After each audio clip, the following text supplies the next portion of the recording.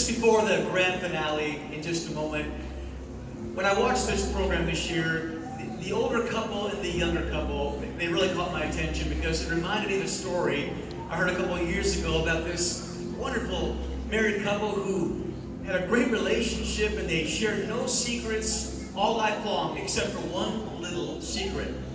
The wife told her husband that I have a shoebox in my closet and I never want you to look inside that shoebox or even ask about the contents of that shoebox. Just leave it alone. Well, for decades, he left it alone. One day she became sick and she went to the hospital and she was laying in her hospital bed and she said, honey, it's time for me to share with you the contents of that box. Go home and get it. So he drove home and got the box and brought it back to her bedside. And she opened the box and there were two contents of the box. One was a doll, a crochet doll. And then there's a stack of cash, $60,000 in cash. And so he said, honey, explain these two things. And she said, first of all, about the crochet doll. My mom told me when we first got married that I should never argue or fight with you. And instead of arguing and fighting with you, when I felt like there was an argument coming on, I should just go crochet a doll instead. And so that explains the crochet doll. Well, the man fell in love with her all over again. Just one crochet doll in 60 years of marriage, just one little fight, just one little argument. I mean, he loved her more in that moment than ever.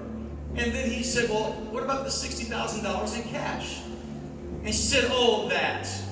Every time I crocheted a doll, I sold it for $10 at the state fair.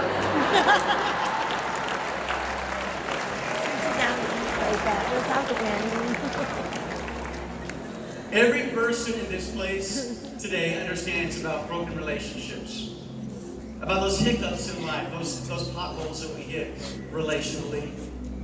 During Christmas time, this is the time when we think about how we might build bridges with those that we love, our loved ones, our friends, people that we feel estranged to. So many times, like the younger couple in the program, we feel like we don't have the love to give out. We don't feel like we have what it takes to build these relationships or mend these relationships. And the reason for that is very simple. Human love runs out. Human love is limited. That's why we need God's love. Because God's love is infinite. God is love. Today, some of us think about who's coming to our house this Christmas time. Who is going to fill the seats around our table.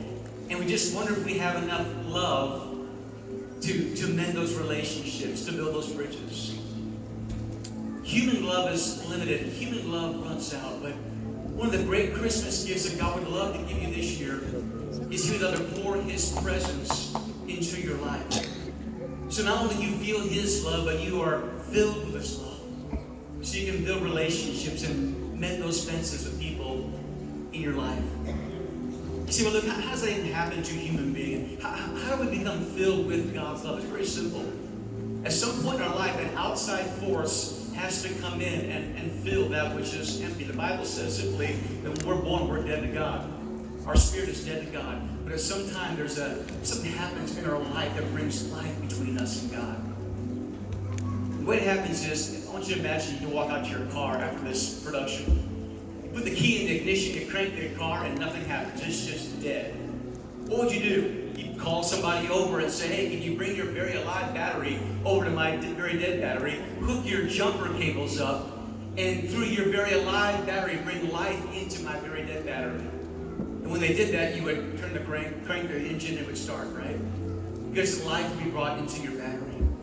Same thing is true spiritually. There comes a time in our lives where we say to God, I want to become alive to you, God, and only you can make me alive to you.